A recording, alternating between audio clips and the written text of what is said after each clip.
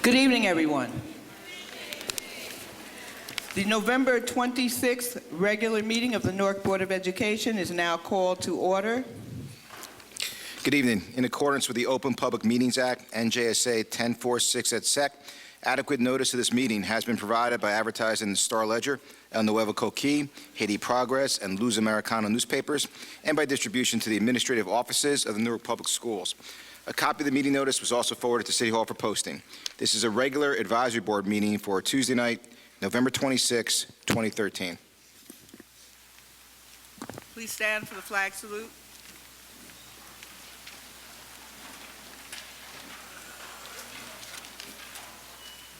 Pledge allegiance to the flag of the United States of America and to the republic for which it stands, one nation, under God, indivisible, with liberty and justice for all.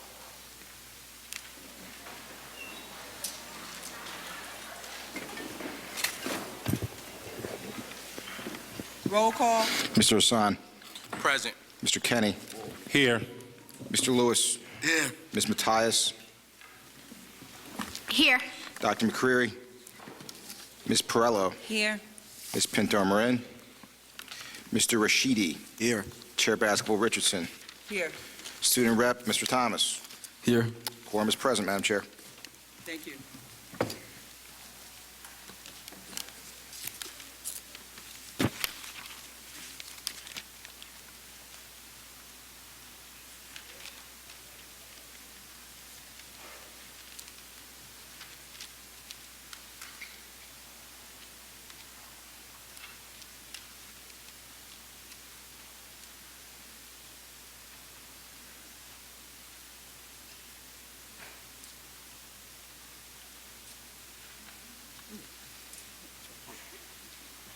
We will now have greetings from University High School Principal Regina Sharp.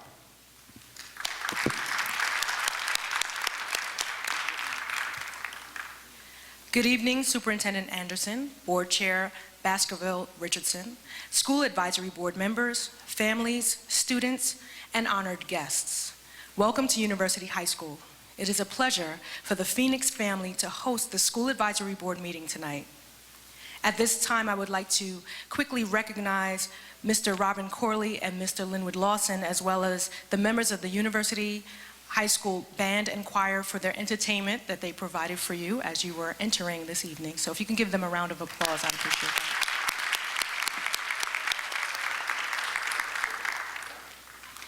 This year, the motto at University High School is good to great.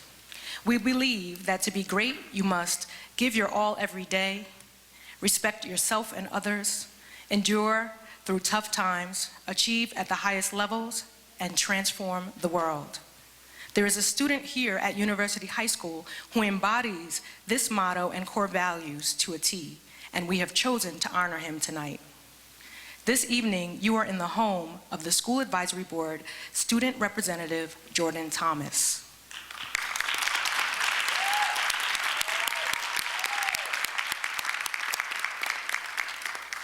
Because of his prestigious status, many of you may know quite a bit about Jordan. You probably know that he's the valedictorian of the University High School's class of 2014.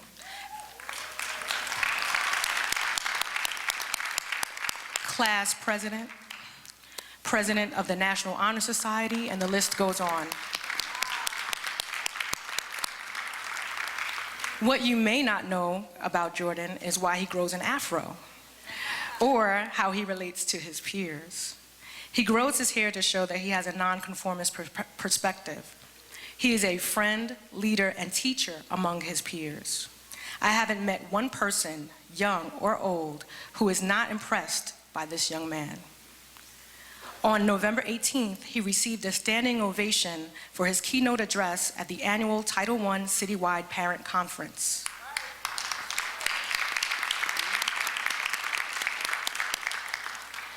I would like for him to read an excerpt from that speech for you tonight.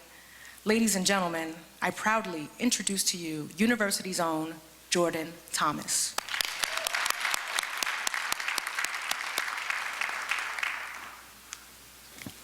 Thank you, Ms. Sharp, and thank you everyone for attending today. It really is an honor for you to recognize me in such a way, because everything that I do not only for myself, but really truly for this school, for my peers, and for this district, so I really do thank you for that. And this is, as Ms. Sharp mentioned, an excerpt from the speech that I gave at the parent conference last Monday. I want to begin today by asking the question, what exactly is a parent? According to the definition provided by Merriam-Webster, a parent is a person who has a child. Yet, isn't a parent so much more than just one who has a child? Isn't there so much more involved in the joy of parenting and in holding the honorable title of a parent that is unjustly disregarded by this vague definition? Further injustice is evident in the more scientific definition conceived by freedictionary.com. An organism that produces or generates offspring. I ask once more, isn't a parent so much more? Can it be that a parent is solely a tool for reproduction, a dispenser of children? Of course not. Undoubtedly, there needs to be a remodification of the definition of a parent that gives justice to the trials undergone by these irreplaceable souls and that elucidates the components that truly constitute a parent. The day for this renovation is today, and the time is now. Ultimately, the role of a parent in life and in promoting student success is ineffable. However, a fair attempt at accurately defining the value of a parent is made in the following description. A parent is a protector, a guider, a molder, a best friend, an instiller of values, and perhaps above all, a parent is everything that the child he or she nurtures is and ever will become.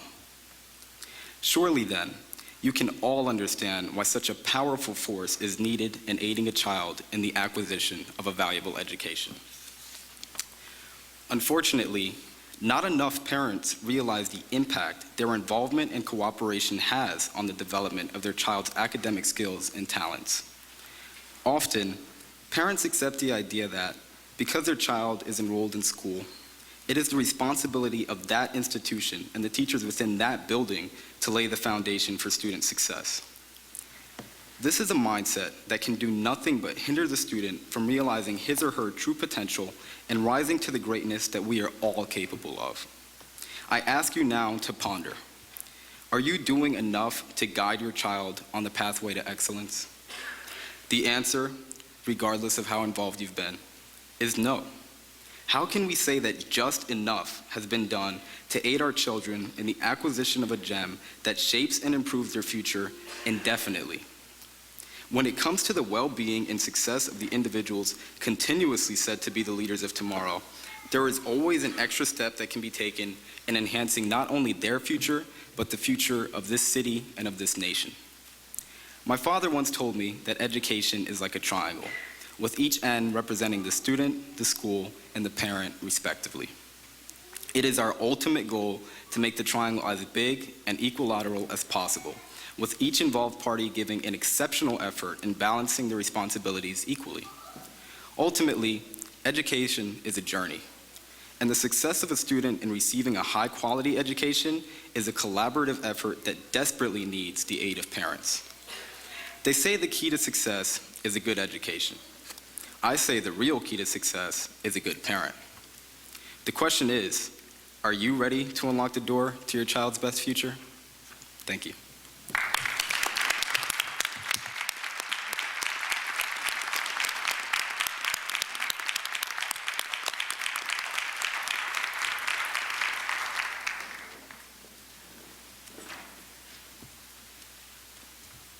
We will now have the approval of minutes.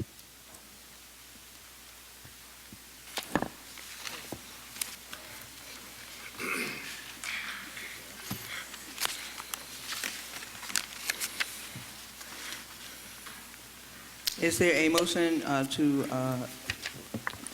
vote on all of the minutes? Madam, second, Hassan. It's moved by Mr. Lewis, second by Mr. Hassan. Motion to take all these minutes as a whole. All in favor? Aye. Any opposed or abstain? Carries. Vote on. Okay, I would now like to have a motion for the actual vote on the minutes. Move it. Mr. Lewis. Second. Ms. Perrello. This is a motion to vote on all the minutes, approval of these minutes. This is the August 27, 2013 regular meeting, the June 25, 2013 regular meeting, the May 28, 2013 regular meeting, and the May 21, 2013 business meeting. Roll call, Mr. Hassan. Yes. Mr. Kenny. Yes. Mr. Lewis. Yes. Ms. Mattias. Yes. Ms. Perrello. Yes. Mr. Rashidi. Yes. Chair Baskel-Richardson. Yes, Minutes approved. thank you. We will now move to item 6, report of the advisory, I don't say that word, report of the Newark Board of Education chairperson. And these are my remarks for this evening. Greetings to our parents, students, community members, fellow board members, Newark Public Schools staff, and Superintendent Anderson. Welcome to our board meeting, which is taking place at one of the jewels of our school system, University High School, a school that started out as an idea about how to better serve high-achieving students in the Newark Public Schools, a school that is built on the foundations of great leadership.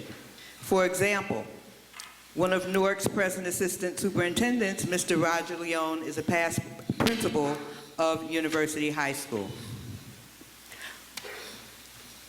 Noted graduates of University High School include the vocalist Faith Evans, Newark South Ward Councilman Raz Baraka, the 3 doctors, I'm sure everyone has heard of them. They made a pact in high school, they stuck to it, and they are successful physicians who have written motivational books about their lives for the audience of young people who they hope will make their own paths to success.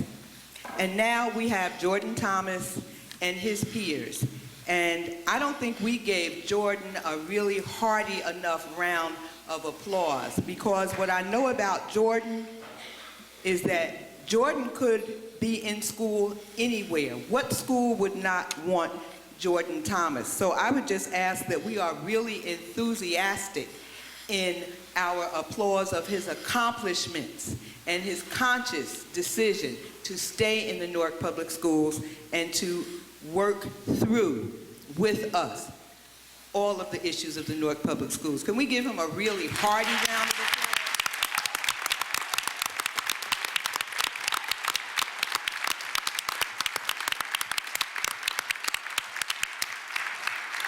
Thank you. Today, we are very happy as we move on to our voting section of the meeting. We're going to be voting on curriculum.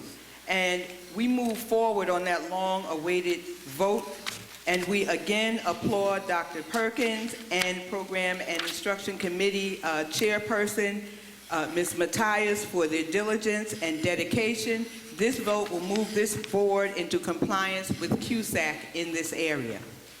I would also like to now give an update on the return to local control in the area of fiscal management.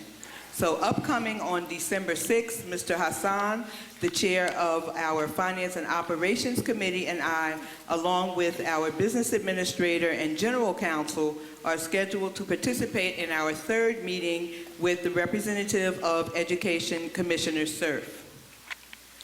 The board, that is Mr. Hassan and I representing the board, participate in these meetings with an outlook to finalize the conditions that will define local control in fiscal management in the Newark Public Schools. As a result of this process, the board looks forward to participating in the budget process, which is upcoming very soon, and we look forward to participating in the same manner as do board members in other districts in New Jersey.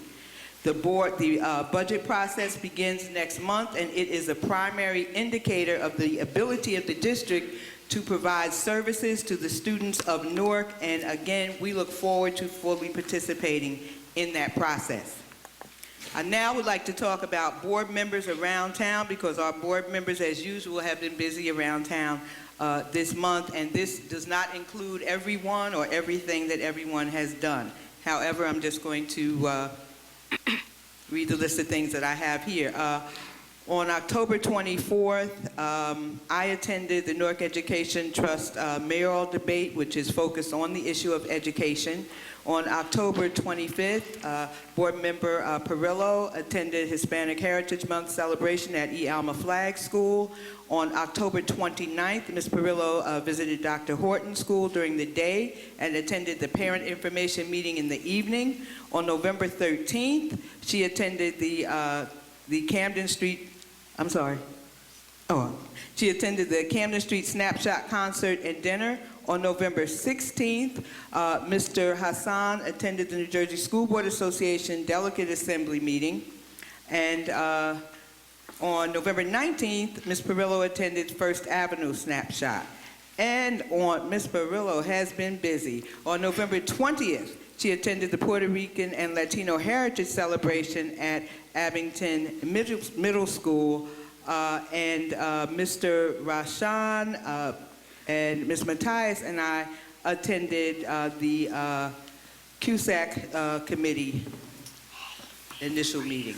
On November 18th, the citywide parent conference at the Robert Treat Hotel was attended by Board Member Rashidi, Student Board Member Jordan Thomas, who, as we noted, was the keynote speaker, and I also attended that event. On November 21st, Mr. Hassan and Ms. Matthias attended the Essex County School Boards Association meeting. And on November 22nd, I attended the boxing match at Weequahic High School, where Board Member Kenny served as a commissioner at that boxing meet. And on November 22nd, also, Mr. Lewis attended a Weequahic football game, and he traveled to Lakewood to do that. And as I said, I'm sorry, I'm reading what I was given. Okay. I'm sorry, and so the game was at Utterman's Field. Thank you for that correction. And now my final note has to do with just some thoughts on communication with board members for the public. And just to say that as board members, we understand that it is sometimes stressful, sometimes very trying for the community in terms of communicating with the board and with the district. So we want you to know that as Board of Education members, we welcome your ideas and we welcome information from you. While we may not always have the answers, we do make sure that all of your concerns come to the attention of someone who can answer your questions or respond to the situation. The best way for board members to be sure that your concerns are followed up is if you send us an email. Our email addresses are on the Newark Public Schools website, or if you bring a copy of your remarks when you speak at the podium. We understand that this is not always possible, and we welcome your conversation as well. We also understand clearly that parents and our community, as I said earlier, have serious concerns about their children's education and what's going on in the Newark Public Schools. We also have a constituent services committee that works diligently to improve communication between the community and the district. In closing, on behalf of the entire board, I wish everyone a safe and happy Thanksgiving weekend. Thank you. That's fine, thank you. And we now move to the report.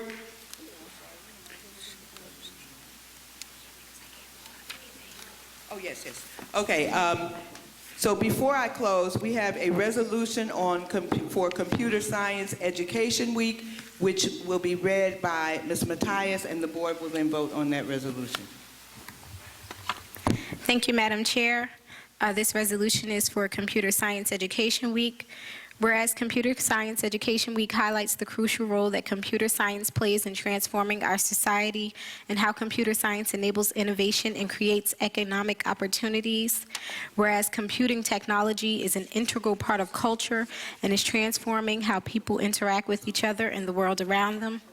Whereas computer science is transforming industry, creating new fields of commerce, driving innovation in all fields of science, and bolstering productivity in established economic sectors. Whereas the field of computer science underpins the information technology sector of our economy, which is a significant contributor to United States economic output. Whereas the field of computer science is a foundational science for the digital age, whereas the informational technology sector is uniquely positioned to help with economic recovery through the research and development of new innovations, whereas providing students the chance to participate in high-quality computer science activity exposes them to the rich opportunities the field offers and provides critical thinking skills that will serve them throughout their lives, whereas all students deserve a thorough preparation in computer science education, including access to the qualified teachers, technology, and appropriate curriculum needed to learn computer science at the elementary and secondary levels of education. Whereas computer science education has challenges to address, including counting computer science classes towards high school graduation requirements and providing professional development for computer science teachers. Whereas participating in an hour of code during Computer Science Education Week may provide opportunities to demystify the field of computer science and encourage more students to take up further studies of computer science. Whereas the field of computer science may have equity barriers to address, including attracting more participation by females and underrepresented minorities to all levels and branches. Whereas Grace Murray Hopper, one of the first females in the field of computer science, engineered new programming languages and pioneered standards for computer systems, which laid the foundation for many advancements in computer science. And whereas the week of December 8th, in honor of Grace Hopper's birthday, is designated as Computer Science Education Week. Now therefore be it resolved that the Newark Board of Education supports the designation of Computer Science Education Week, December 9th through the 15th, 2013, encourages schools, educators, parents, and policymakers to participate in Computer Science Education Week by enabling their students to participate in the Hour of Code, encourages schools, teachers, researchers, universities, business leaders, and policymakers to identify mechanisms for teachers to receive cutting-edge professional development to provide sustainable learning experiences in computer science at all educational levels, and encourage students to be exposed to computer science concepts. Encourages policymakers to remove barriers that prevent computer science classes from being counted as math or science credits towards graduation requirements, and encourages opportunities, including through existing programs for females and underrepresented minorities in computer science. Madam President, I move to vote for the adoption of this resolution for Computer Science Education Week. Second. Okay, we have a motion which is moved by Mr. Hassan in favor of the resolution honoring Computer Science Education Week, second by Mr. Lewis.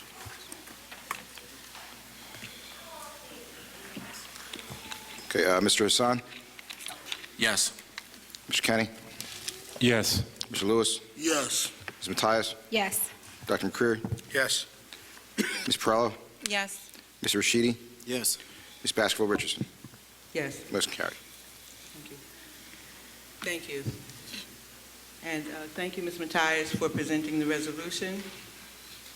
At this time, I would like to ask for a motion to add an item to the agenda, and that item would be the resignation of Ms. Eliana Pintor-Marin from the New York Public Schools Board. Move it. Second, Hassan. Moved by Mr. Lewis and second by Mr. Hassan.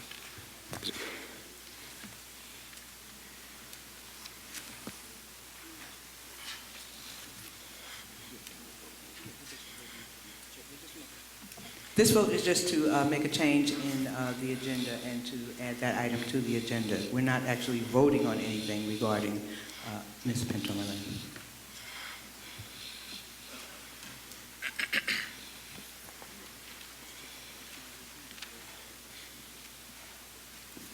Okay, this is a vote to add that item to the agenda. Mr. Hassan? Yes. Mr. Kenny? Yes. Mr. Lewis? Yes. Ms. Matias, Yes. Dr. McCreary, Yes. Ms. Perrella, Yes. Mr. Rashidi, Yes. Ms. Baskel-Richardson. Yes. Agenda amended. Okay. Thank you very much, board members, for understanding the necessity of making this change in the agenda. As we all know, Ms. Eliana Pintor-Marin has served the board faithfully and diligently for almost 6 years, and one of those years as the chairperson of the board. And I would certainly say that from my standpoint, it has been a pleasure, and that you will be missed, and that I will continue to call on you as needed, even though you're a big shot now. So as we all are probably aware, that Eliana Pintor-Marin is now an assemblywoman, and we first of all congratulate you on that, wish you the best, and again, you will be missed. So at this time, I would turn the mic over to you for whatever you would want to say to us at this point. Thank you, Board Chairwoman. I really appreciate this. I'm going to make this short because I don't want to get too emotional. When I was first elected in 2007, I really didn't think I would be running for a second term, because as all of us sit here today as board members, as hard as we work sometimes, the appreciation isn't there at all the times. But the good thing is that we look forward to making Newark better for all the children. When I first started, I wasn't even married yet. I didn't have a child. And as I grew into my role as a board member, but also as a family woman, I understand truly now more than ever how important education is and what a difference it can make. All of my board members here, I've been with you, with some of you for 3 years, some of you a little longer. I will truly miss you. Thank you for giving me the opportunity to, at once, having led this board. Thank you for giving me the opportunity to share my thoughts and ideas. What I appreciate the most about being on this board is that at times we've disagreed, but I think at the end of the day and at the end of the night when we all go home, we're friends, and most importantly, we respect each other. So please know that you have a friend in me, and you have a friend in Trenton. I participated in my first education committee yesterday, and I got to hear a testimony from Senator Rice about creating a task force for the significant increase in the dropout rate in the state. And I just want all of you know, and all the parents here know, that we are going to work hard. I am going to work hard. I've taken my role as a board member seriously throughout my almost 6 years tenure here, and I take my role as an assemblywoman even more seriously, because at times here we would want to make more of a change or have more of an effect, but unfortunately, because of the state control, didn't allow us to. So I'm hoping that now I'm able to do so on the state level. So I truly just want to say thank you for giving me the opportunity, and I'm always here for you. Thank you very much.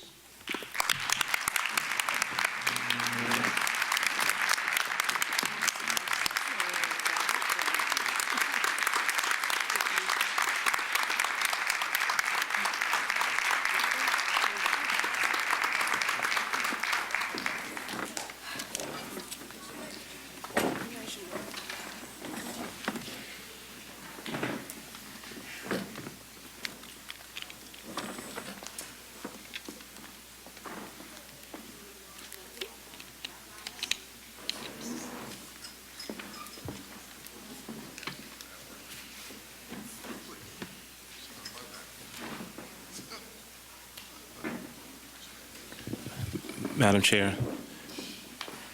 Chair. Yes, Mr. Kennedy. Can I make 2 requests from our new Assemblywoman? I'm sorry? Can I make 2 requests from my Assemblywoman? We want local control. Excuse me. I'm sorry. I just want to make two requests.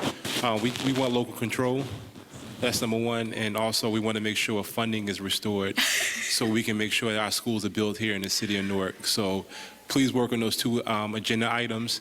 Make that the top of your list. Trust me, Mr. Kenny, I have quite a list of my own on things that obviously, being from the largest district, we know things that we need to be changed. So thank you. One last thing that I wanted to everyone to know here is, and everyone here should be very proud of this board. Yesterday I met with a few people from New Jersey school boards in Trenton, and they are very much aware of how active this board has been in participating in some of the conferences and some of the meetings. So I do want to let everyone know that in Trenton, this board, there's a few members on this board that have been very active. They have been getting their names out there, and that they are very well respected in some of the changes that they would like to bring to Newark. So I think everyone here should be very happy and ecstatic that this that under Chairwoman Baskerville-Richardson, there's a few members here that are going to make everyone proud. So thank you very much. Thank you. Thank you. And the best to you.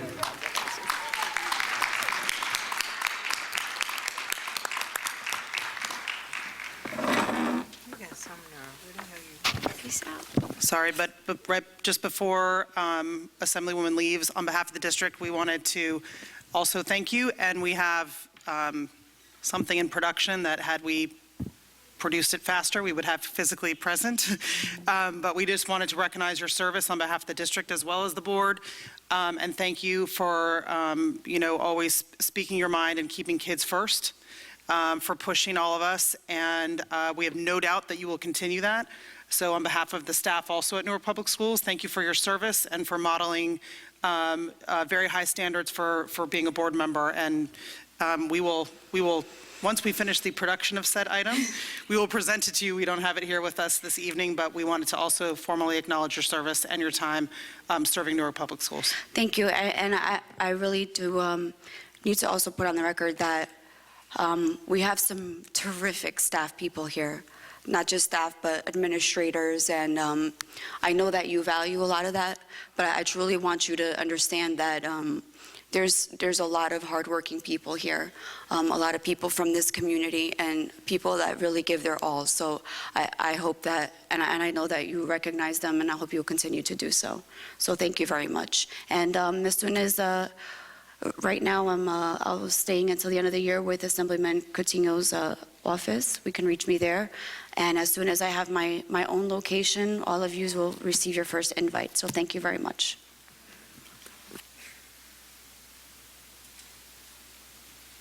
We will now move on to the report of the student representative, Mr. Jordan Thomas. Thank you, Madam Chair, and thank you, everyone, again. The month of November displayed several commendable feats of student involvement and exemplified the true meaning of students taking hold of their education. For instance, on November 4th, students participated in a boycott that involved raising awareness of student dissatisfaction by not attending school. Though we may not condone or favor the particular method chosen by the students to raise awareness and the loss of instructional time consequently resulted by the boycott, we cannot disregard this event simply as a dissident act by a select group. This is a call to action, a deliberate attempt at making the needs of the district known from students' perspectives. Surely, when students, who in most cases involve themselves little in the realm of policy, begin to engage in such acts and exhibit such evident passion for the affairs of the district, there is a need for Newark Public Schools to increase communication with these students in order to enhance the collaboration between the district and the students to its most efficient state. Also, in attending the monthly Wolf Youth Council meeting, further efforts by students to remain involved were clear as the meeting involved students from Newark, Clifton, Montclair, Orange, and East Orange, all exchanging tips and brainstorming methods of bringing about positive change. Most recently, however, was the Newark Student Union Mayoral Forum that occurred on November 21st, 2013, and involved students sharing their concerns and voicing their opinions to all candidates running to be Newark's next mayor. Clearly, students this month have executed a full commitment to ensuring that the education they receive does the dedication that they possess due justice, and to holding all involved parties fully accountable. There is no doubt that with the combined effort of both the students and the district, Newark Public Schools can reach the standards of greatness that it has set for itself and that it is more than capable of. Ultimately, what is good now will be great before long. That concludes my report, Madam Chair.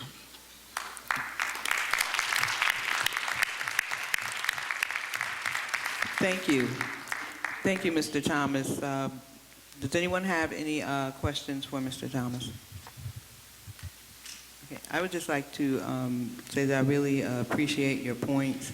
In particular, I was impressed with the mayoral forum, which was organized and hosted by students. They did a skit that they wrote themselves, and they had the candidates respond to that skit, and then they asked the candidates questions that they themselves had developed, and it was as well organized, if not better organized than some events that had been sponsored by adults. And I think that, you know, that Mr. Thomas, as our student representative, I think is just doing an extraordinary job in representing all of the students in the city. So thank you. Madam Chair? Yes, Ms. Thomas. I had a question. What was the name of the organization or the program that brought all four of the cities together, students from the four cities together? The Wolf Youth Council, Working on Living Forever Youth Council. The president and vice president are actually here in the crowd today if you would like to receive more information on that later. Yes, thank you. Thank you. At this time, I would like to entertain a motion to make an additional addition to the agenda to add parent recognition, which is not present on tonight's agenda, but we do have parent recognition. Madam Chair, I move to modify the agenda. Moved by Mr. Hassan. Second. Ms. Perillo, this motion to add an item to the agenda, parent recognition, all in favor? Aye. Any opposed or abstain? Motion carries. Okay, at this time, we will have our parent recognition. Please, Ms. Perillo, are you, oh, I'm sorry, Mr. Kinney, you are presenting that. Mr. Kinney is chair of the Constituent Services Committee. Thank you, Chair. Before I even move forward, I know earlier today we acknowledged Joanne Thomas, but when we talk about parents, we also acknowledge as parents as well, young man to be a part of this board. So I'd like to thank the Thomas family for everything that you've done to make him who he is today and who he hopes to become. So I just wanted to just recognize them before I go forward. Jordan's parents, if you could just stand up or wave or something, thank you so much. They're at every meeting. They support Joanne, and you can see what they help create. Each day throughout the district, there are parents who are making a huge difference in our schools by volunteering and supporting their children's academic success. The Newark Public Schools Board and the Constituent Service Committee wishes to recognize these parents who are making a difference in the lives of our students. This parent recognition program, which began in 2004, will continue to shine the spotlight on those who support the district's 6-point family engagement model, which consists of parenting, communicating, volunteering, learning at home, decision-making, and community involvement. Tonight's Parent Recognition Award recipients are Ann Lynn from McGraw Avenue School,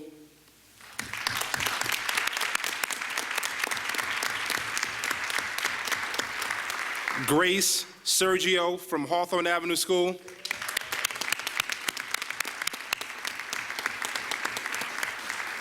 and Shonda Jefferson and Vanessa Davis from University High School.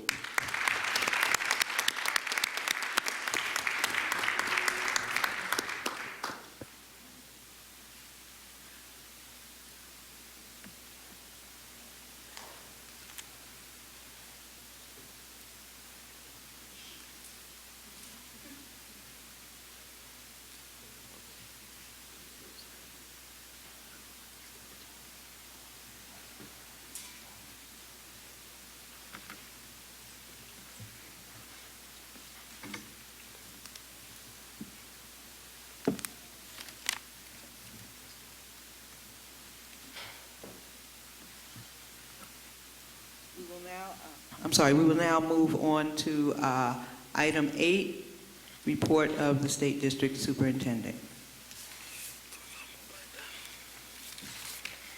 Excuse me, I'm having a sneezing attack this evening. I apologize. One clarifying question. I'm sorry, is the screen is in front of us? If I may, just a few verbal items before I invite members of our team who will be presenting this evening. A few things that have arisen since we all last talked that I wanted to highlight.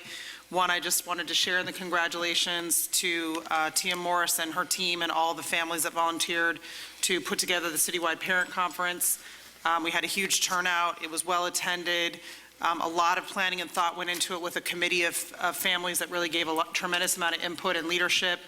Our keynote speaker over here, Jordan, gave an excerpt of his very compelling and stressful speech. As a mom, I got stressed out the first time I heard it, and I got stressed out again in a good way. It motivated me to make sure that I'm doing everything I need to do as a mom. So you succeeded. But just wanted to really acknowledge the efforts of Tia, her team, and most importantly, the families that volunteered to plan the entire event. And thank you to the board members who were in attendance. I think there were a number of folks, so thank you to everyone for that. I also wanted to acknowledge the hard work of our assistant superintendents and our principals who assisted me in putting together teacher brown bag forums over the course of this month. We've done 4 so far and en route to doing probably about 40 by the end of this month, at the end of December. They're quite informal. And we have done some during school lunch hours for those who choose, and those in the evenings for those who choose, meaning after school, and we've gotten some tremendous feedback. So we are, thank you to the parents and family members, principals who've helped arrange those.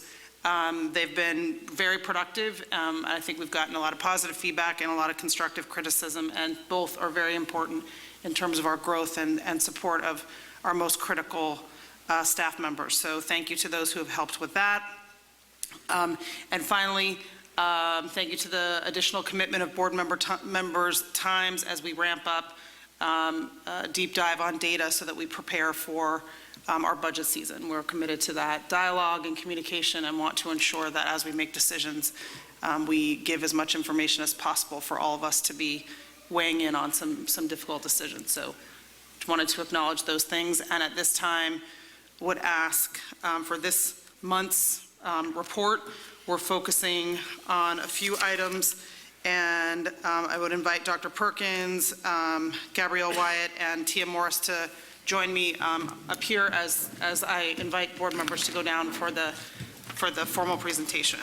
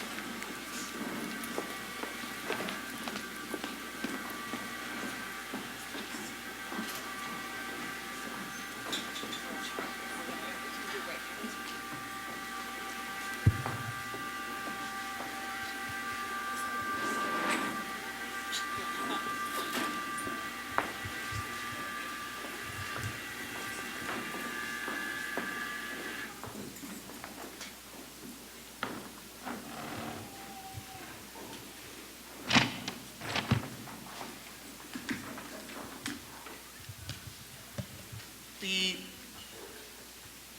first part of our superintendent's update this evening will be about the program and instruction work that's been done to try to ensure alignment with CUSAC, and for that, I'm going to turn the clicker and the microphone over to Kayla Perkins. Thank you, Madam Superintendent. So I'm grateful for the opportunity to build off a point that the board chair raised earlier, which is that we're grateful for the opportunity to share updated curricula across all of our content areas. So just to move, the first update, as she shared, is going to be updated curricula, and it relates to our overall goals, which we share each month, which culminates in our efforts to have all students graduate college and career ready And the curricula plays a key role in that. I'll keep going past these. Are the slides you see each time in terms of how our overall plans connect to these specific initiatives. So in terms of the updated curricula, we made a commitment that we would provide all of our educators with up-to-date guidance, lesson plans, unit plans, scope and sequence documents. And in most areas, we've updated that as early as this year, but in some cases it's been a few years. But overall, we're trying to get the best possible resources in the hands of our educators. And in conjunction with Newark Public School teachers, we have developed that across the content areas, which I'll share in a moment. Another goal is to increase the awareness and the transparency around this guidance. We're sharing this in particular through a part of our website called the Instructional Resource Center, which you can get access to currently. And then, as the board chair referenced, this also relates to our QSAC review process and our efforts to show to the state, as well as to our educators, as well as to the community, that we have updated guidance in these areas. So we had an ambitious timeline, and I do want to again share our gratitude with the board to engage with us in reviewing the 8 full binders full of curricular documents that we went over formally through a process that started in October. It culminated with an event on November 6th, which included educators from Camden Street School as well as other places to share what their experiences are with this guidance and how we can do a better job to support our teachers in terms of curricular guidance. And it culminates tonight with the board's ability to vote on that updated curricula.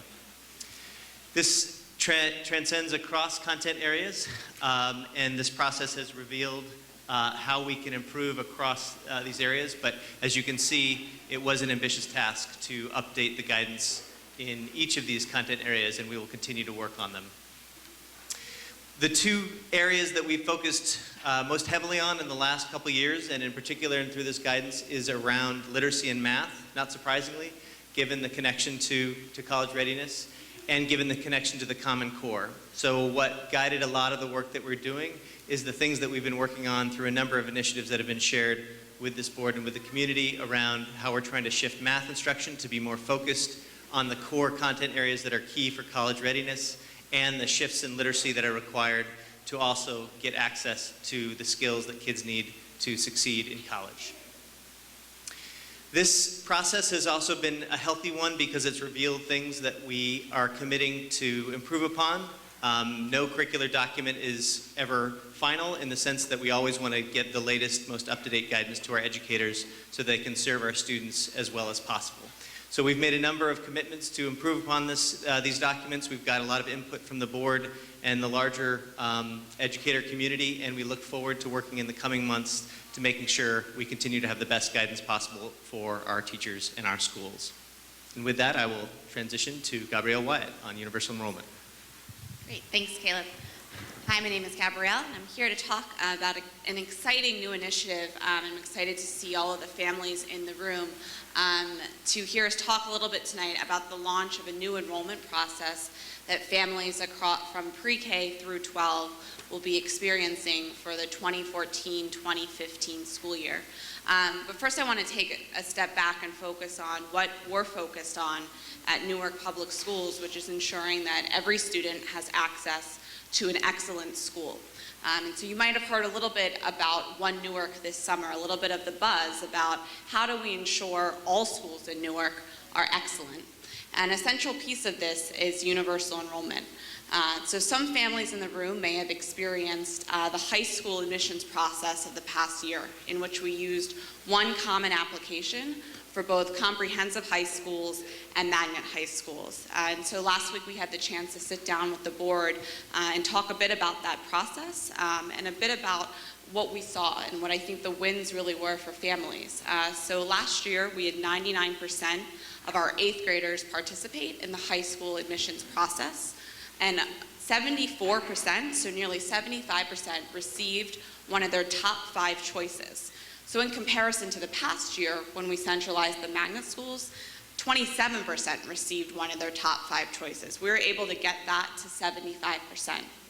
As we look forward to the upcoming year, we're centralizing this process not just for our high schools, but for our middle schools and elementary schools for both district and charter schools. So for our parents in the room, what does this mean for you? This means that if you have a student who is going to be entering kindergarten, district pre-K, middle school, high school, you have the opportunity to participate in one common application. So no longer do you have to go to multiple schools and pick up multiple applications and figure out your options.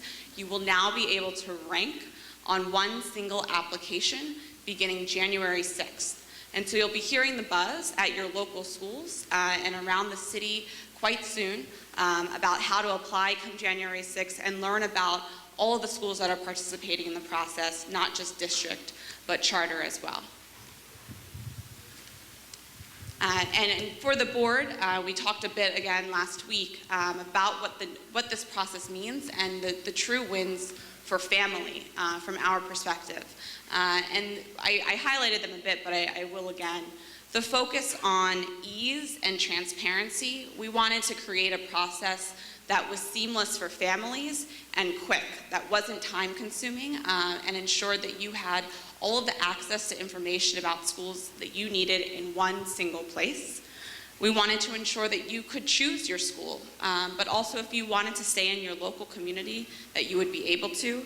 And finally, we wanted to ensure that equity and access, that every student, again, no matter where you live, could choose to attend a school that you wanted. And with that, I'll pass it to Tia. Good evening, everyone.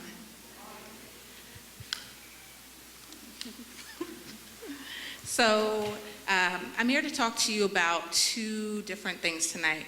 One, to give you an update on the school snapshot meetings, and then two, to talk to you about the launching of an exciting new initiative called the Family Leadership Institute.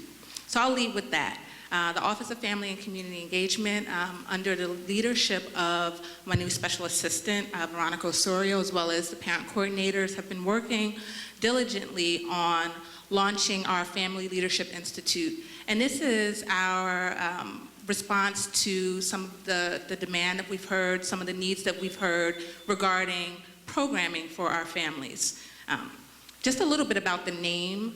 Some of you may be familiar. In the district, there already exists a PLI, a Principal Leadership Institute, a TLI, a Teacher Leadership Institute. And we thought it was important that what we created for our families conveyed the same level of importance, the same level of commitment as that we give to our teachers, that we give to our principals. And that's why our name is the Family Leadership Institute. It's on par, or will be on par, with many other districts offer as a parent university, in which there are several different aspects of programming, classes, means of providing education for families here. And the goal is simply to make sure that we are providing a cross-section of programming that's going to meet the needs of our families.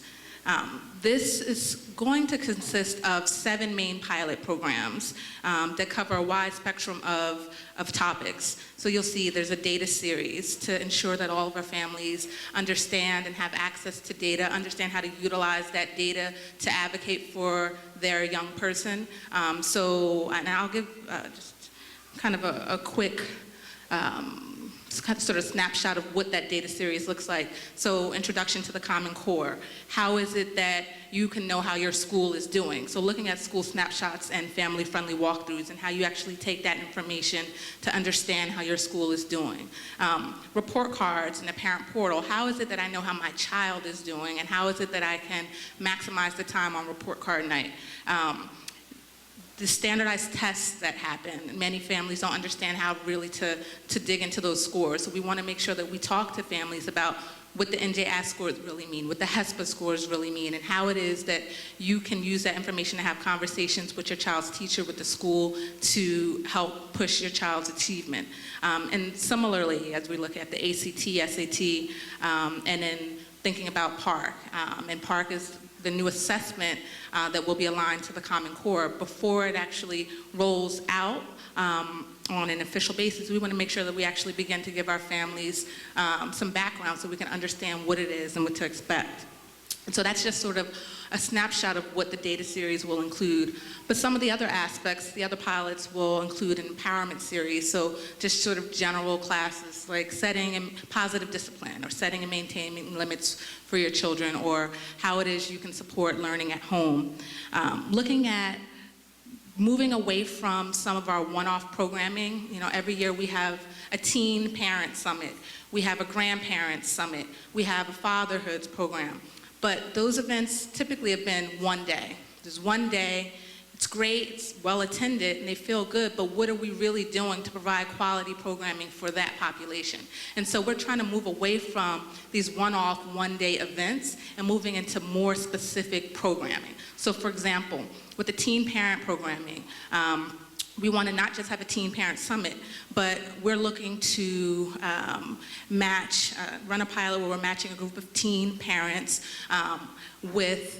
in partnership with some other community-based organizations such as Program for Parents, to provide these teen parents with some education, so some classes to educate them to help build their skills as parents. But then working with groups like Jumpstart to build their literacy skills, so that way they can then mentor one of our early childhood students. So we're partnering with one of the early childhood centers. And then that's practice for them, builds their own skills and working with their own children, as well as provides one-on-one contact for that young person at the early childhood center. And then we've arranged for them to get mentors in partnership with Blue Cross Blue Shield. So that way we're looking at their own college readiness, college and career readiness, and how it is that they can build their skills. How do you create your resume? How is it that you look for internships? And working with the United Way, with the Urban League and that aspect of it, because they have a program in place already. So essentially, with all of these programs, we're looking to leverage the resources of all of our community partners, build out more comprehensive programming for these groups of parents, whether it's a grandparent and its kinship, whether it's working with our fathers, whether it's working with our teen parents, whether it's working with our early childhood parents, and make sure that we have robust programming for them. Please be on the lookout. We've actually launched the data series already. The dates should be on our website, and we are still planning, so we would welcome your input and your involvement as we put together the final stages for these other aspects, most of which will be launching in January. With that, I just wanted to also just point out, we had been talking for several months about the school snapshots, actually since last year. And the school snapshots for this year rolled out, and all of our schools have been charged with holding meetings for families to help families understand the school snapshot, to dive into their own school's data. And this is just a listing of all the schools that have already had meetings. All the school snapshots for every school are available on the website, so you can check out the snapshot for every school. It has data about schools' math and literacy performance, data about just schools' demographics, data about the school's attendance, as well as just other useful information to help you understand how our schools are doing and to really get a glimpse of the schools. So with that. So once again, just want to encourage families to very much go and make sure they know the data of their school, to be educated on that, to reach out to our office in the event that they are having any difficulty doing so, and just want to acknowledge the great work of our team in all of the efforts that have been made here. Thank you for your attention, and Madam Chair, that concludes our presentation.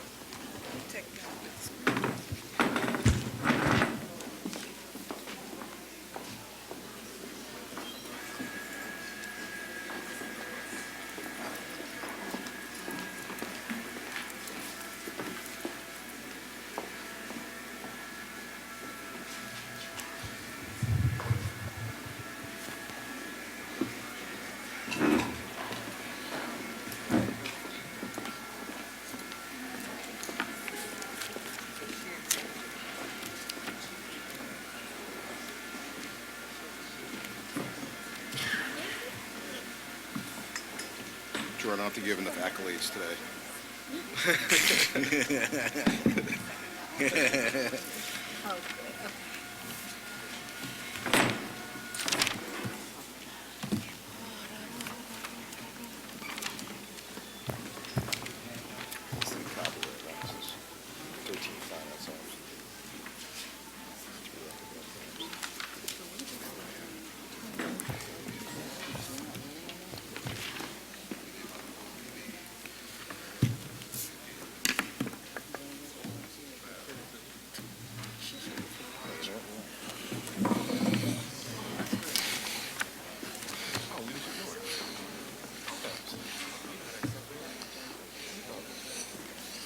Wow.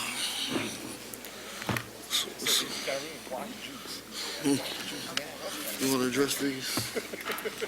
You want to talk about these? The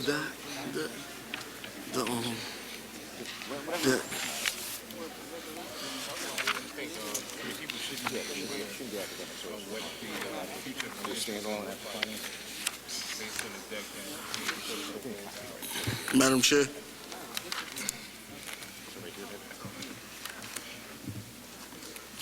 Yes. So shit. Mr. Lewis? Yeah. Yes, Mr. Lewis. Madam Chair, are we gonna, I know that last week we went over some of, the concerns that some of the board members have, especially with the universal enrollment.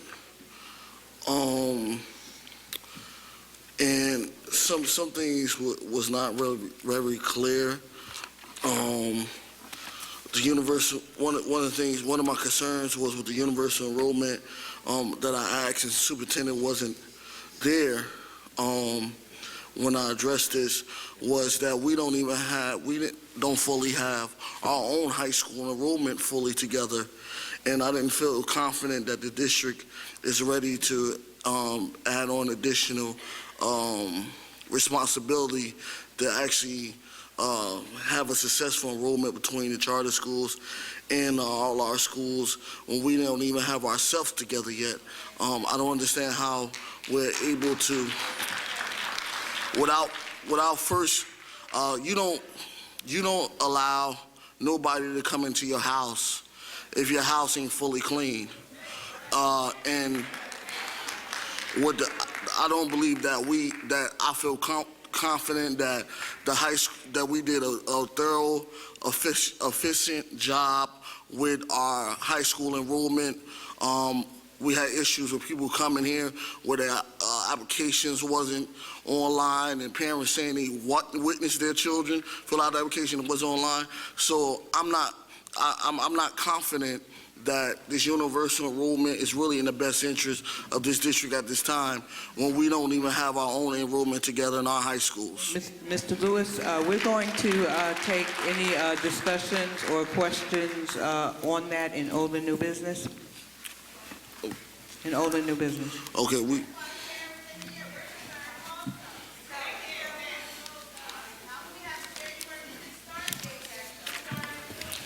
Excuse me.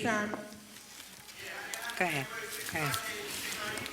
Okay, we have to have order so that we can move on with the business of the board. The question that Mr. Lewis asked will be answered in old and new business or will be addressed in old and new business. At this time, we will move on to our voting items. Section 9 on the agenda, and our first section is academic services. There are 3 resolutions. Okay, may we have a motion to vote on all 3 of the academic services resolutions? Madam Chair, I move for the voting of the 3 resolutions that fall under academic services. Is there a second? Second. Does Mr. Rashidi? Second, Mr. Rashidi, moved by Mr. Hassan. Okay, this is a motion to vote on all academic services items as a block. All in favor? Aye. Aye. Any opposed or abstain? Carries. Okay, now may we have a motion, this motion is the actual vote on the resolutions. Madam Chair, I move that we now actually vote to approve the 3 resolutions that fall under academic services. Mr. Hassan? Second. Second by Mr. Lewis. This is a motion to actually vote to approve academic services 1 through 3. All in favor? Aye. Any opposed or abstain? Academic services items approved. We will now move to items under finance and operations. Madam Chair, I move that we now vote for the items that fall underneath the category of finance and operations as one block item. Second. Ms. Perillo? Yes. We'll do it after finance. That was moved by Mr. Hassan, is that correct? Yes, sir. Okay, so we have a motion by Mr. Hassan, seconded by Ms. Matias. Is that correct? Yes. Okay, to take all finance and operations items 1 through 13 as a package. All in favor? Aye. Aye. Any opposed or abstain? Okay, motion carries. Motion to vote on these items? Madam Chair, Sorry.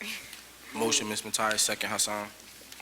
Okay, it's moved by Ms. Matias, second by Mr. Hassan. This is a motion to vote on finance operations items 1 through 13. We'll roll call Mr. Hassan. Yes. Mr. Kenny. Yes. Mr. Lewis. Yes. Ms. Matias. Yes. Dr. McCreary. Yes. Ms. Perillo. Yes. Mr. Rashidi. Yes. Chair Baskerville-Richardson. Yes. Motion carries. Thank you. At this time, I would like to entertain a motion to amend the agenda to include the resolution on CUSAC. That it was not included. Everyone has a copy of it in their packet. Madam Chair, I move to amend the current agenda to include the voting item for the CUSAC SOA. Is there a second? Second. Okay. Before we, I'm sorry, Madam Chair, for the record, that should include the DPR as well as the SOA. thank you. Who moved this? I'm sorry, who's the second? Second. Ms. Perillo? Okay, this is a motion to include to amend the agenda to include the CUSAC resolution. All in favor? Aye. Any Aye. opposed or abstain? That carries. Read the resolution. I can read the resolution. I think, Ms. Wilson, you recommend I read it, or would you like to just briefly explain what it is for the benefit of the public? Okay, thank you. Thank you, Madam Chair. NJCUSAC is the New Jersey Quality Single Accountability Continuum as found in NJAC 6830. This process is a process by which the district is reviewed for its efficiency and effectiveness, and is applicable to all districts across the state.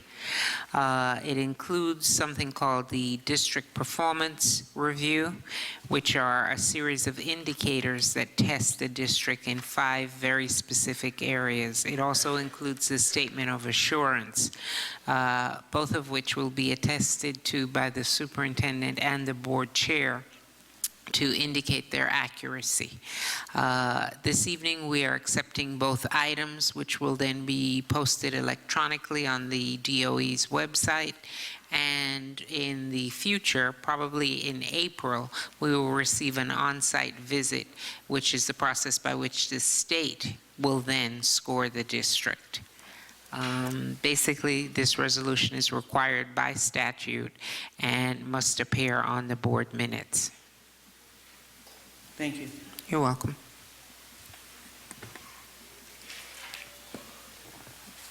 We will now move to item 10, public participation. We didn't vote on the agenda yet. We didn't vote on Oh, I'm the sorry. resolution yet. Yeah, absolutely. Moving right along. We have a motion to vote on the CUSAC resolution. Motion. Second, Hassan. Okay, I have a move by Ms. Matias, second by Mr. Hassan. This is a motion to vote on the CUSAC resolution as described by Ms. Wilson. Mr. Hassan? Yes.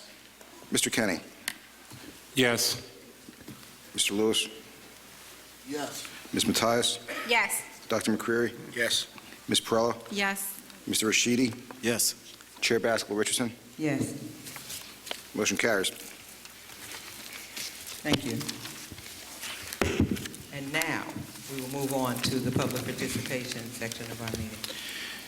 Ladies and gentlemen, this is the public participation section of the meeting. As a reminder, time limits for all speakers will be enforced. There is no sharing or granting of speaking time to others. Speakers must be present when their name is called. All speakers are required to give names and addresses.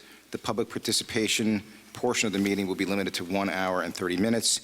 Examples of unacceptable behavior that are not permitted include but are not limited to naming district employees and engaging in personal attacks, slurs, excessive loudness, calling out, yelling, generally disruptive behavior, attempting to disrupt the meeting, or inciting others to do so.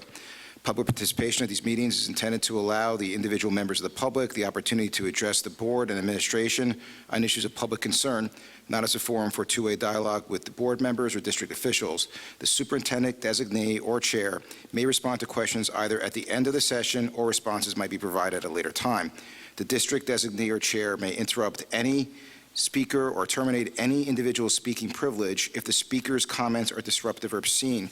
An individual may be cautioned that a personally directed statement may be slanderous or defaming, and the individual may be liable for his or her comments.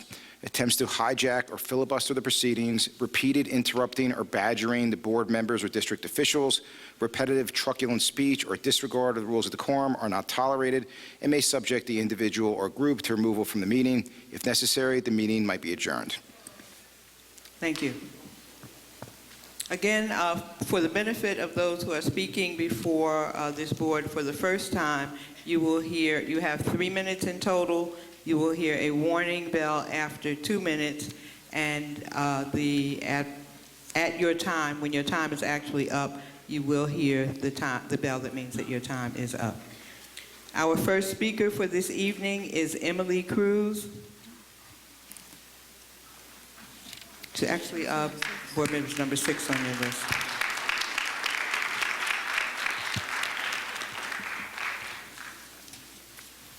Emily Cruz, 3335 North 11th Street, Newark, New Jersey, 07107. Good evening, Superintendent Anderson, Newark Public Schools Advisory Board members, friends, family, and community members. I am Emily Cruz, grade 6 student at the Girls Academy of Newark, and I stand here representing all of my sisters at GAN. On behalf of the first all-girls public school in Newark and the first in almost 40 years in the state, we wish to extend a personal invitation to you, Superintendent Anderson and NPS Advisory Board members, to join us at our grand opening gala on December 19th from 6 to 8 at the Newark Public Library. I would like to take a moment to tell you how much our school means to us by reciting our pledge. I am a warrior. My scars do not wound me. They are not symbols of my defeat, but a map to my victories. I am brave. Therefore, I am resilient. I am my sister's keeper. I am her backbone for when she is weary. I will remind her that she is brave. She will support and welcome me in light and love. We are equal. We are one. My curiosity makes me an independent thinker. I will continue to ask for wisdom, knowledge, and understanding. I dedicate my life to be an honorable member of my community. I will continue to strive for greatness. Therefore, for I am ambitious. We only dream big at the Girls Academy of Newark because we don't do things small. We reach. We look forward to sharing an evening of elegance.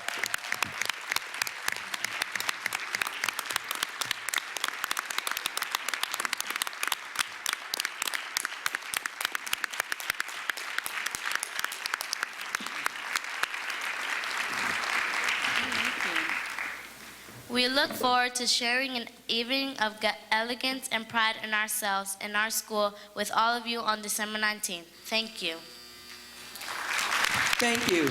And let me just say for the record that Ms. Cruz, I believe, is speaking for all of the girls at the Girls Academy of Newark, and she has shown herself to be a fine representative, so thank you.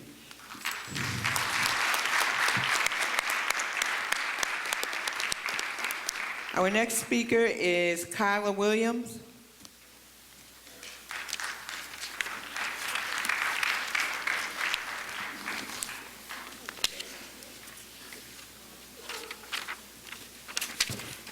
Board members, just for clarification, that speaker was speaking for speakers 1 through 13, and the board chair is picking up at number 14. Right. Next speaker, Serafina Charles.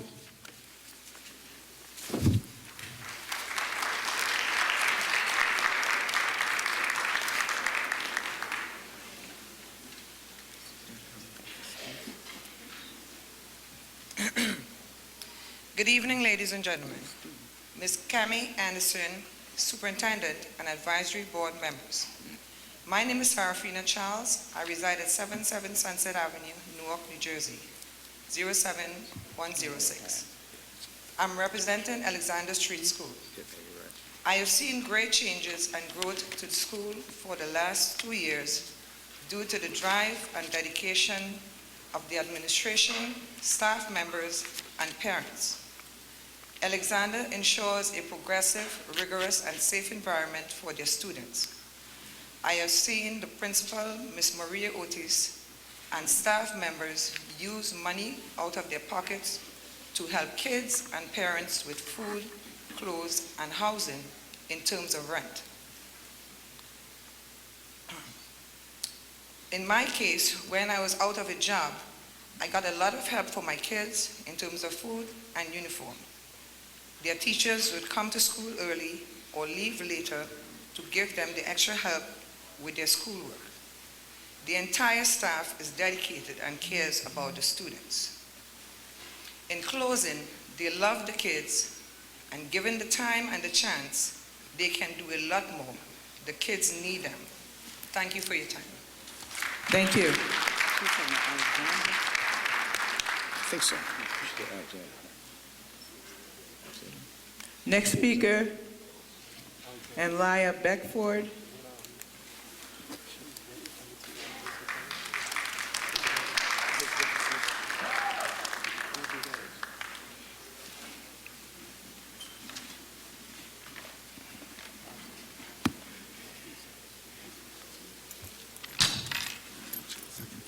Good evening, Superintendent Cami Anderson and NPS Advisory Board members. My name is Aaliyah Beckford. I am an 8th grader at Alexander Street School and Student Council President. I have been attending Alexander since 1st grade, and I've witnessed the school at its best and worst. I know what we are capable of doing and how much we can accomplish. My first 6 years at Alexander have been a roller coaster. We're a family, no child is left behind. But we were given a new principal, Ms. Ortiz. Don't get me mistaken. I believe she is the best thing to have in Alexander. We are required to follow a protocol, respect, responsibility, and resilience, which are a part of our daily goals. I think Alexander is getting better and is progressing academically, mentally, and behavior-wise. If I were to rate Alexander from 1 to 10, I would give it an 8. My school is honestly doing well. Most of the students are committed and have lots of faith in their own future. Alexander has future dancers, lawyers, doctors, and mayors. I've seen so much talent in one school. I adore attending Alexander, and I believe that all of the staff, including Ms. Ortiz, is doing a great job at it. Thank you. Thank you. Next speaker, Kayana King. I'm pronouncing the names based on the way that they are given to me. So if I make any mistakes, I do hear you when you say your name correctly, and I do appreciate that. Kayana King, Delvin Duncan, Tatiana Plants,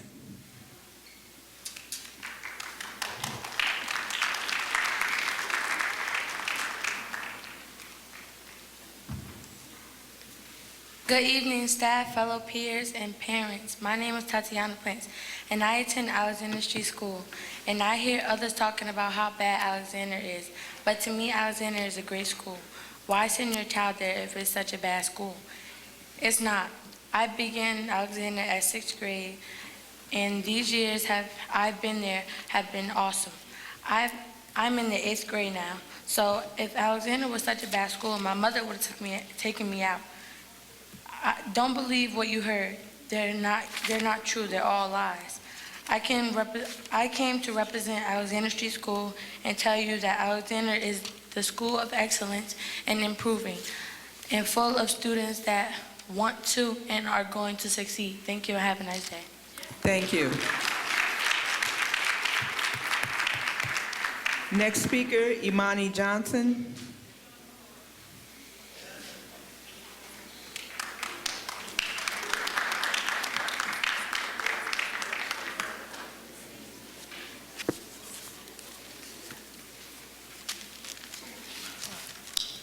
Hello, my name is Imani Johnson. I am from Alexander Street School. Most people say that Alexander is a bad school, but I say different. I have been going to Alexander for 8 years now, and them 8 years have been the 8 years of my life. The teachers at Alexander Street School take their time with us students to make sure we understand the work and make sure that we pass our tests.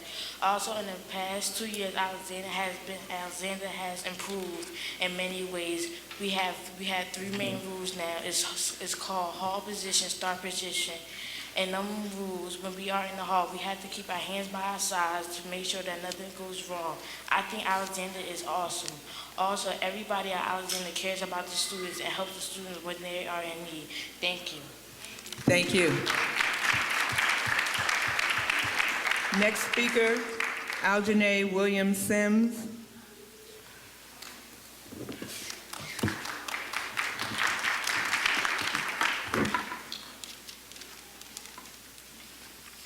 Good afternoon. My name is Aljanae Sims Williams, and I am Vice President of Alexander Street School Student Council. I have been going to Alexander for 8 years, and the Alexander Street School staff and students have helped me grow into the positive individual that is here standing before you. Respect, responsibility, and resilience, the 3 words that the scholars of Alexander Street School live by every day. I have to sit here and listen to my fellow peers talk about the things Alexander staff is not doing. But to me, Alexander Street staff is devoted to the students. The students help us. They help us take steps forward and help us avoid taking any steps back. If you don't believe me, just take a look at me. They helped me realize that there's more to life than the streets, and I am currently in the 8th grade, and I am 100% sure that next year I will end up in a good high school because of the help I received at Alexander Street School. Alexander has become a great school over the years, and I am a witness. The staff and students helped Alexander become the school that it is today. Ever since my principal, Ms. Marie Ortiz, took control, my school has become better for scholars such as myself. So I say to myself, why don't you think highly of a school that can help your child become a successful individual? If our school is so bad, then why do you continue to send your child here? My name is Aljanae Sims Williams, and the proof is in me and every other student that comes here and tell you why Alexander Street School is a good school. Thank you. Next speaker, Jamani Montague.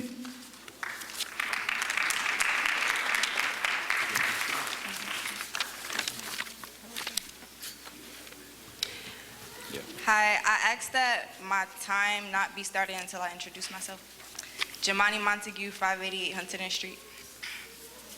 First, I would like to thank you all for not wasting our time this month by discussing recycling and tree trimming policy for 40 minutes as you did at the last public meeting. I'm still puzzled on how that affects my education. I want to begin by saying that I'm not talking to Cammie Anderson. I'm talking to those on the board who actually prefer listening to student concerns over texting under the table, which Ms. Anderson has been doing all evening and does at every advisory board meeting. The new policies, requirements, curriculum, and whatever else Ms. Anderson has been enforcing during her time in office has not been and is not helping Newark students. This is not a school problem, it is a district problem. I'm speaking for students at Weequahic Central, Shabazz, University, and every other high school in the Newark Public School District. Since Ms. Anderson has been in office, the teaching style has somehow transformed from encouraging the future success of Newark students to enforcing district policy. The administration cares more about whether or not students have on a uniform shirt rather than whether or not we passed our last test. Teachers are more concerned with teaching what's in the curriculum rather than whether students are truly understanding the material. At University High School Specifically, the students don't even know half of the administrators that are in the building. We started the year off with 7 new vice principals, all giving us orders before even giving us their name. University used to be a magnet school, where a test had to be taken to be admitted, where maintaining a certain GPA was an enforced policy. And because of that, we earned the amazing reputation that we have. Ms. Anderson has taken that from us. Because we are no longer a magnet school and have so many new students this year, yet budget cuts won't allow for additional teachers to accommodate those new students.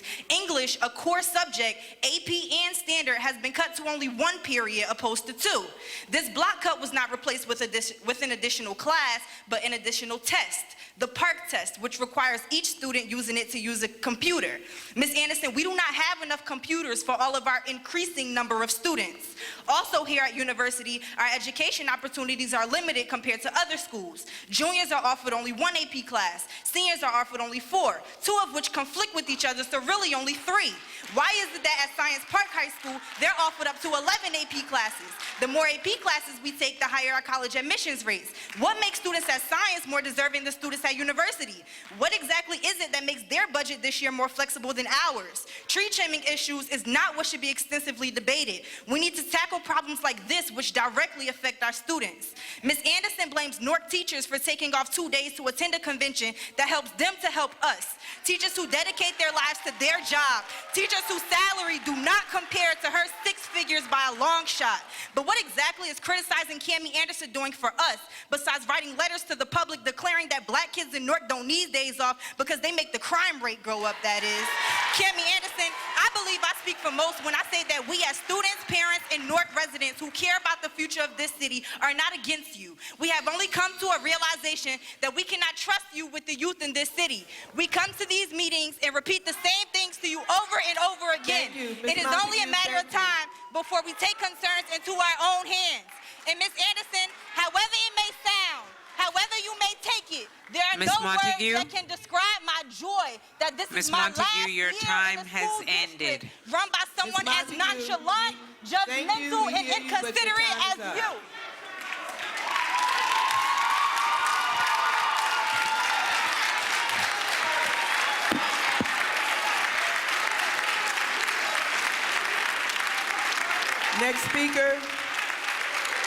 Next speaker, Jordan Roper.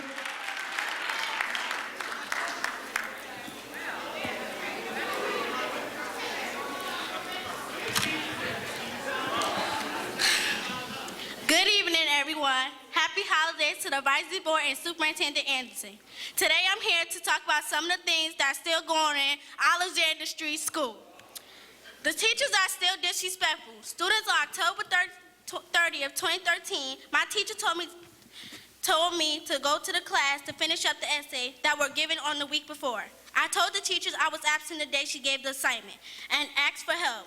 She told me to wait a minute and went to help other students. I waited for 5 minutes and asked for help again, and she told me I had to wait a minute.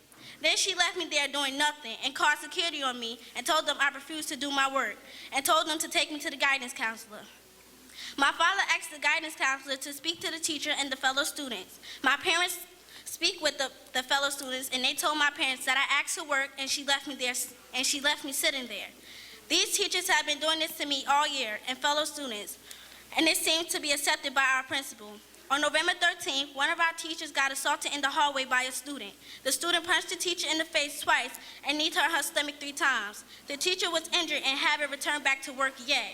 On November 18th, I was coming out the gym getting ready to go up the stairs when a student ran up to me and smacked me in my face, and the fight broke out, and a security guard took the other student to the office, and I was called 5 minutes later.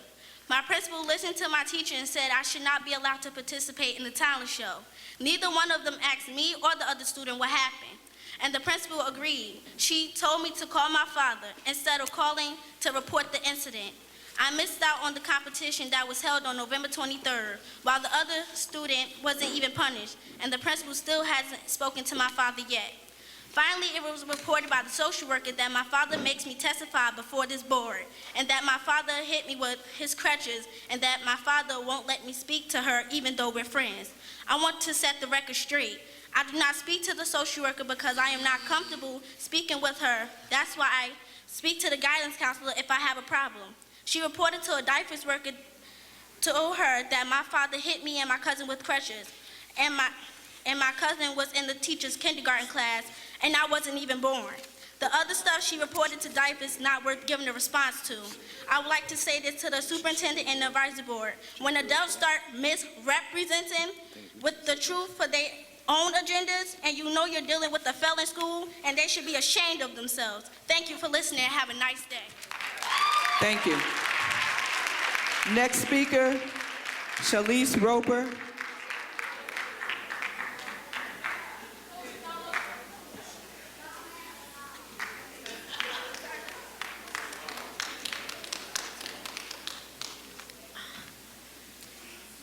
Good evening. My name is Shalise Roper. I am a graduate from American History High School, as well as a former student at Alexander Street School.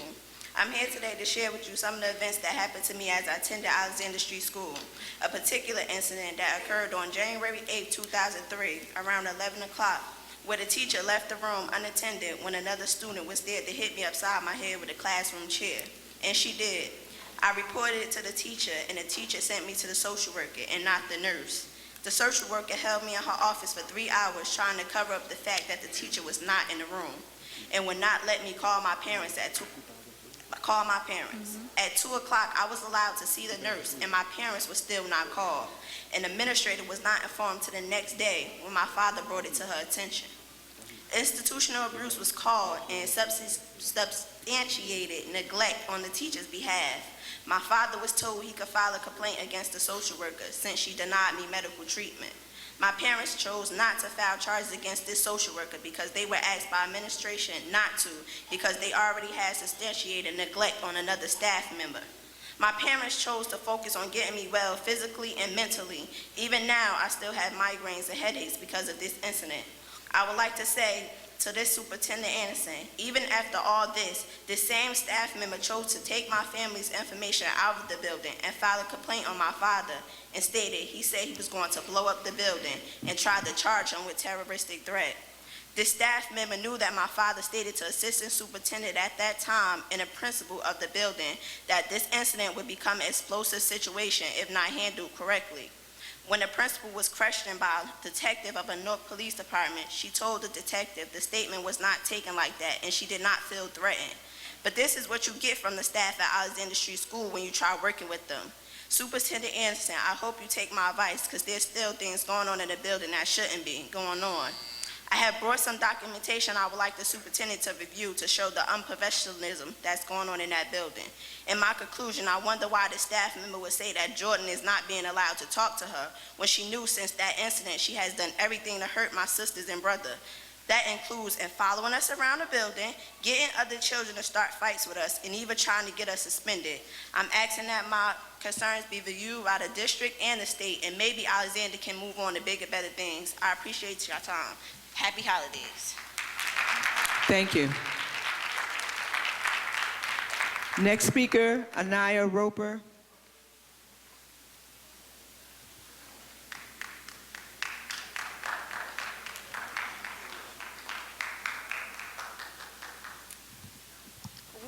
Good evening, Superintendent Cammie Anderson and advisory board members. My name is Anaya Roper, and I am a senior at American History High School. I would like to give a shout out to the teachers and administrators, but most importantly, my principal, Mr. Robert Gregory, who continues to show his students much love. But today, I am here to talk to you about my former school, Alexander Street, class of 2010. When I think about Alexander Street School, I think about integrity, morals, and ethics. Or should I say the lack thereof. When my sister came before the advisory board and testified what's going on in the building, she's telling you the truth because I went through some of the same things that she's been going through. You have teachers trying to assassinate your character because they don't want the superintendent or board members to believe what's going on in their school. When I was in the 4th grade, I had a teacher who tried to fail me because they didn't like my parent, so they created tests to make sure I failed. My father figured it out because some of the dates that were on the test, my planner showed that I was absent on some of those days, and my parents asked for an investigation. The teachers created the test and forged my name. When I was in the 6th grade, I had a European Caucasian teacher who referred to African American students as you people. When I came before this board and testified what she said to our class, a week later she pushed the desk into my bag and said it was an accident. What I'm saying to everyone is very, very real. When I was in the 8th grade, I had a math teacher who administrated the NJS test to her own son. It gave him the answers. Her son was allowed to roam the hallways and do what he wanted to do, and the administration of that time said nothing. But this teacher tried to give me an F, even though I was on home instruction, and my home instruction teacher gave me an A. My father had to go to the administrators to get the grade changed. Where is the integrity in all this nonsense? They want to teach students about rules and regulations, but choose not to follow the rules themselves. When our 8th grade class was asked by the PTA to raise funds, we were told we would receive graduation's gift, but we never received the gifts. But you hear about staff and PTA representatives using the money for everything else, but what was promised to the 8th grade class? Superintendent Anderson and board members, I wanted to share my history with you to let you know Alexander still haven't changed. You could paint a building, but unless you change the adults, you still get the same results. And these adults are not willing to change, so someone must make the change for them. I hope you consider the things I said to you tonight, and if you need my family to prove anything I said, just ask my family for the records. In my conclusion, I would like to say, if you don't stand for something, you will fall for anything. And that's why I'm here to stand up for my family and what I believe and know what's the truth. Thank you and have a blessed day. Thank you. Next speaker, Khadija Bati.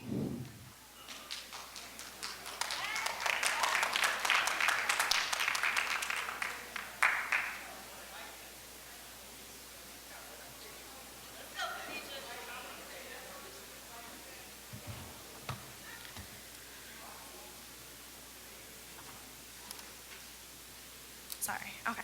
Good afternoon. My name is Khadija Bati, and I'm a sophomore at University High School.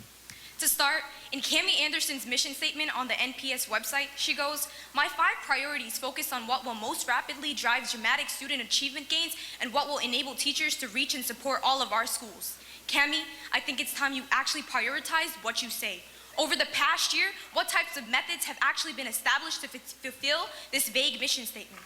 Furthermore, how does your offensive letter to over 700 families discussing the school closures for the NJEA convention actually support this mission? How dare you refer to us color students as criminals without any involvement or interaction with them? It's as simple as this. Who are you to judge and make assumptions about Newark students when you haven't had enough interactions to base those beliefs off of? Moreover, you state in your letter that families lost valuable classroom time with too many young people idle, crime went up. Excuse me? So crime goes up because children and teens aren't in school? In that case, are you considering schools on the weekend? I can tell you what I was doing those 2 days off. Massive amounts of schoolwork, reading a book, and being productive at home. Sounds like criminal behavior, right, y'all? Unfortunately, now that Christie's had been re-elected, there isn't much hope for Newark. And truth be told, it feels like Cami Anderson is nothing more than Christie's puppet. One that's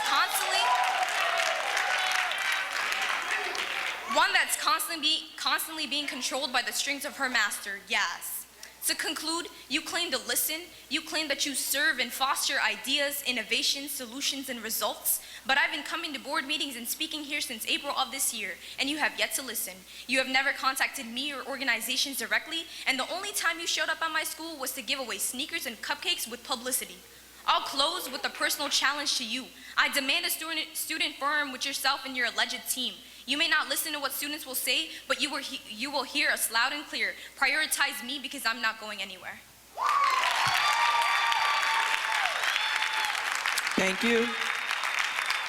Next speaker, Antasia Williamson.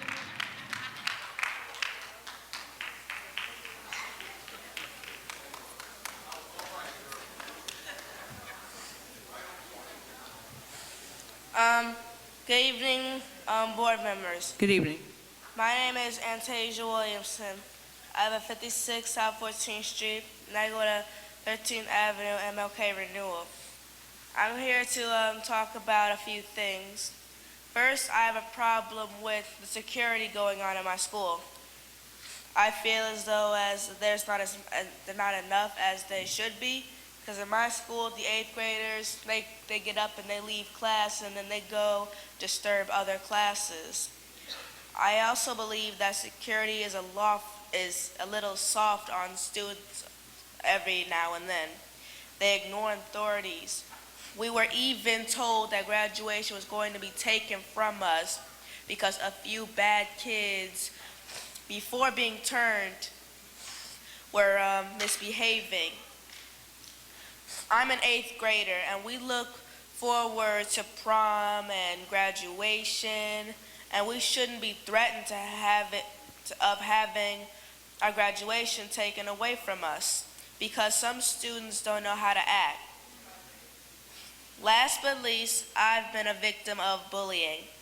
I know I made a mistake by trying to prove I have feelings by putting a sharp item to my neck, but it wasn't my fault. It wasn't my fault. I was just reacting due to 2 kids. But what I don't understand is I'm the one who got sent out of school for a week when they stayed in school suspension for only a few days. And I wonder because my daddy, he's on the PTA to make sure that I'm safe every day when he drops me off to school. But closing down public schools is not the answer. More secure. Go ahead. More security will help. Thank you. Thank you.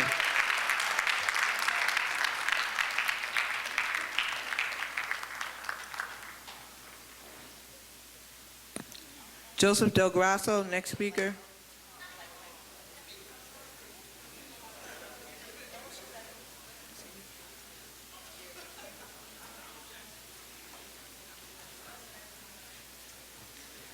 Junius W. Williams, Esquire, next speaker. Lucius Jones. Is Mr. Jones here?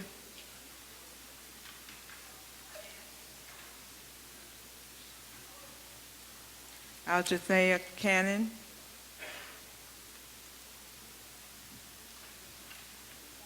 Charles Best. Chanel Johnson. April Anderson Brown.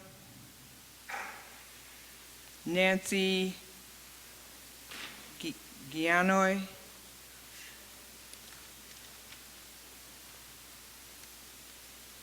Deborah Smith Gregory.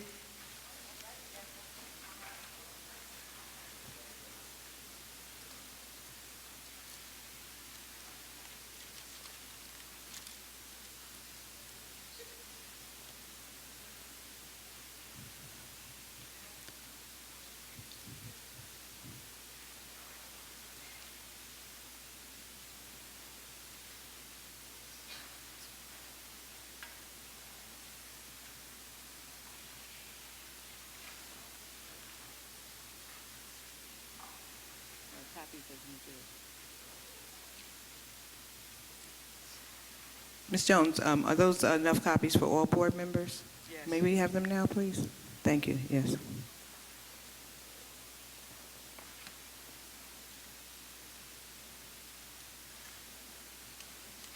Thank you, Chairperson. Ms. Gregory, if you would just wait just a minute until we can...